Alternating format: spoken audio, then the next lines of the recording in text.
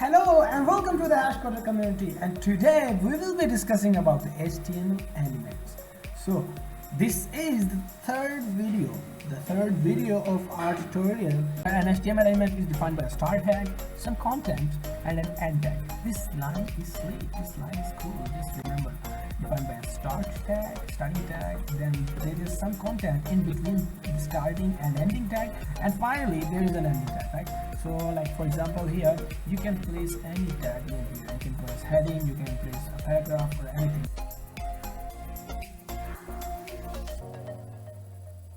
Mostly each HTML element has an opening and a closing tag, but there are some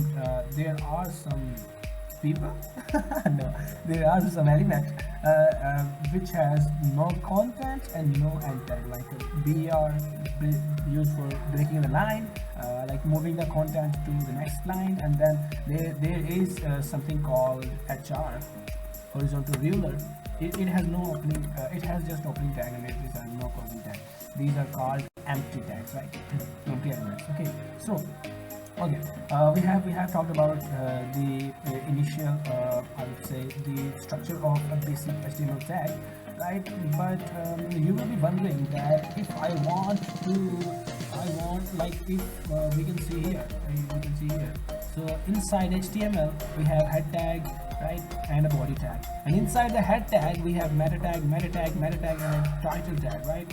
So there is a nesting fashion. So nesting means one inside another, right? So there is a nesting fashion in HTML. You can have one tag inside of another, right? So like here you can see inside HTML we have body tag, inside body tag we have h1, and inside h1 we can have a sign or anything. Like here is the simple content, but we can have anything, right? So it actually depends upon our need of designing the web page, right? So it's just upon you, but HTML does provide you with this facility of nesting things up. Okay, so explaining an example, we have the HTML tag and the body tag. This is a nesting fashion. We have a heading, right? We have an opening tag, it has some content out there, and then it has a closing tag, right? From here. Yeah, it has a closing tag, same goes with the paragraph, right? Okay, and then the body tag is closing and the HTML tag is closing, right? And then here you can see we have seen the basic structure, like here and how the paragraph looks and all that stuff, right? The HTML now they are explaining things in a individual fashion. So h1 elements defines a heading, it has a start tag and an ending tag and a content between them, and then P is a paragraph tag, it displays things in a paragraph, right? And there are some empty elements like BR that defines a line break, and it is an empty element without a closing tag. So in order to illustrate this, I want to write like this is a line, and if I write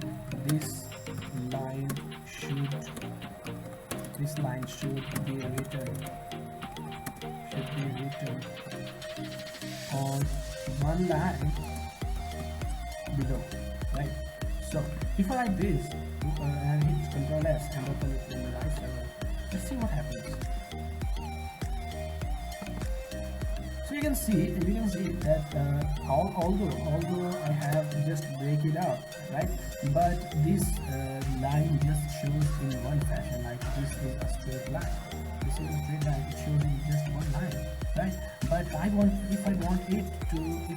this line to display in the next line, then I have to break the line. If I want to break the line, then I will just write BR and it will insert the total tag, right? And the brackets on and the brackets close, and then BR inside. And when you hit Ctrl S now, boom, here you go. Here you go. This is a line, and then we have a line break, and now each of the text that is written afterwards, it will be written here. It will be written after the lining break, or at the start of the new line, right? Now I know you're getting bored, but okay, let's jump into the actual stuff, right? And don't get bored. It is actually quite boring to learn, but when you want to build something, then you have to go through this phase, right? I think HTML is an exciting language. What do you think? Write down in the comments, man. Now, the other thing is the HTML attributes. So all HTML element can have attributes. Okay, so what are the attributes? Attributes provide additional information about the elements, like what can be the font size, what is the width of the HTML element tag, and all this stuff, right? Attributes are always specified in the start tag, like here. if I want to say, there is an h1, that displays hello world. So it will just display hello world like that, right? But if I want to increase or decrease the size of the font, then I will just write style, right? I guess style. I will write style is equals to font size. Font size is 60 px, right?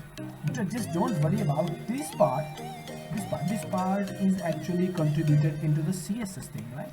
The styling attribute is actually contributed to the CSS thing, right? But style attribute is an attribute of an h1.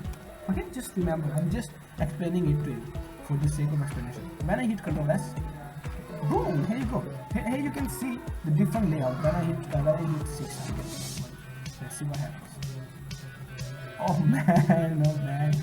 Can you see? this is how it looks when it has a size of 600 px. Okay, so anything in the starting tag besides the tag name is called an attribute. For example, we have an anchor tag, and I write display, right? So here the display is an anchor tag, but an href, it actually adds additional information to the anchor sign, that when you click on display, it will go to this. So actually, if you don't write it, it is still okay. It will still work, right? But it will not provide you with the link, but it will show you some text. But if you want to add additional functionality, you will encounter the attribute of href, right? So this was about attributes. So let's go through attributes again. Like here, href is an attribute, okay, and in image src an attribute, right? src is an attribute, alt is an attribute, we have seen in the previous video, right?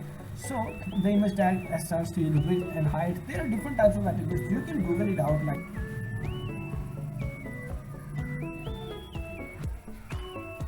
surprisingly, you can Google anything, as long as you have a stable internet connection. So if you want to write like image tag HTML attribute, right? So Google will tell you about some website where you can find out the different tags that are associated with image tag. I don't know what happened in the internet right now. Yeah, so what are the attributes of image tag in HTML? Yeah, you can write here. That's right. Yeah. Here you can see src, okay, and alt is the image of something you can display, right? Image tag is measurement, right? You can see here, but it will take us to the back. But I just told you the way in which you can actually find out different information about tag, right? So okay, let's just come back. Like these are the attributes, right? I will teach you how to search for a particular information in an effective manner. Right? I will teach you about it even, right?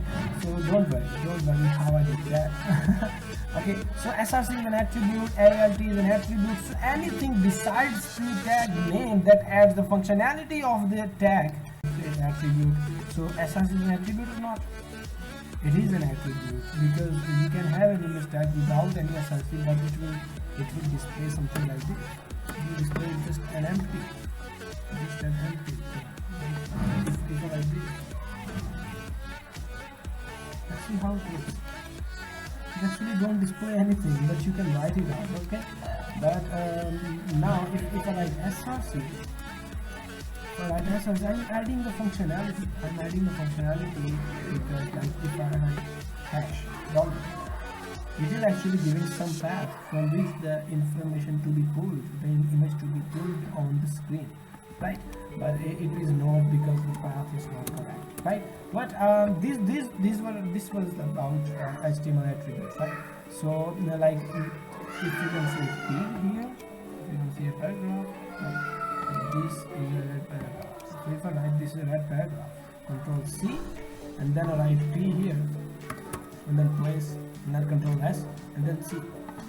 So if I write this is a red paragraph, writing this is a red paragraph won't mean that this paragraph will be a red paragraph. Okay, just remember, man, you have to actually provide some attributes like style attributes in which you can tell the color is the red. The color is the red. Okay, so I don't know where the ad came from. Skip ad. Just the music now. Okay, so you can tell this is the color of red. Yeah, man, this is the color of the red. So you actually just don't worry about the CSS part. This is the CSS part. Don't worry, right? I love the background music, man. So see, the style attribute is an attribute. Just at this point of time, just remember it is an attribute. Just don't remember like color, font size, and all the stuff. We will learn in this CSS section. Okay. So the lang attribute of the HTML tells the browser that the entire information will be rendered or shown in the particular language. So if you write en, it means English. If you write ur, it means Urdu. I guess. But the most commonly used language is English. Okay, English, US, English, yeah, this stuff. So if right now, can you figure it out? Title is an attribute, right? Okay. So title is an attribute, href is an attribute, href is an attribute. Okay, you can find out more on your own, right? Now this was all about the attribute section. Now we have already seen that there are HTML headings, right? So there are 6 types of headings. It is the more important. It's the most important, and then there is less important to that, and there is less important to both of that, there is less important to 3 of that, and this is go to the least important one, right? And then you can style an h1, you can style any heading. So you can have an attribute of style, and then the property of font size, and then the 60 pixels, which we have done in the starting of the section. And then you have what? You have paragraphs. Yeah, you have the paragraph, right? So HTML P element defines the paragraph. A paragraph always start a new line. Okay, so there is some tricky part. So if you write a paragraph like that, let's see what happens. And if you write a paragraph like that, so as you can see, there are a lot of spaces in here, and there are a lot of line breaks in here, right? So if I insert more line breaks, and it should actually display like that, but let's see what happens. When you hit Control S, both paragraphs are same, and when I hit Control S, it actually has emitted the break lines or the spaces. But what if I want to print information like this? I want 1, you want 2, both want 3. What if I want the information to be displayed like that? But if I write it in the paragraph format, it will actually just render the information as a paragraph. It will just render the information, or show the information on the browser in a one line. But if I want to write this, let's see, there is another tag. What if we can try the pre format, right? So there is a tag pre format, known as pre. If I write things in that tag, it will preserve the break lines and the spaces. You can see when I hit save, it did not remove the break lines or things, it will display things as the same as they are written in the pre. Okay, when you hit Control S, boom, here you can see. So this was called the point problem, right? So here is a point problem, that if you wanna display things like this, it will not render in the paragraph like the same, but if you write it in the pre-paragraph, in the pre tag, then it will actually be displayed the same as it is written in the code, in the section of the code. So this was all about the HTML elements, attributes, and we have seen the HTML elements, basic structure of elements. Again, we have reviewed the HTML attributes. What are the HTML attributes and different HTML attributes of different HTML elements, and then we have go through the HTML headings, paragraphs, and this stuff. And I hope you have enjoyed a lot. I know this might be boring, but this was a crucial lecture to understand the core concepts of headings, attributes, HTML elements, and paragraphs, right?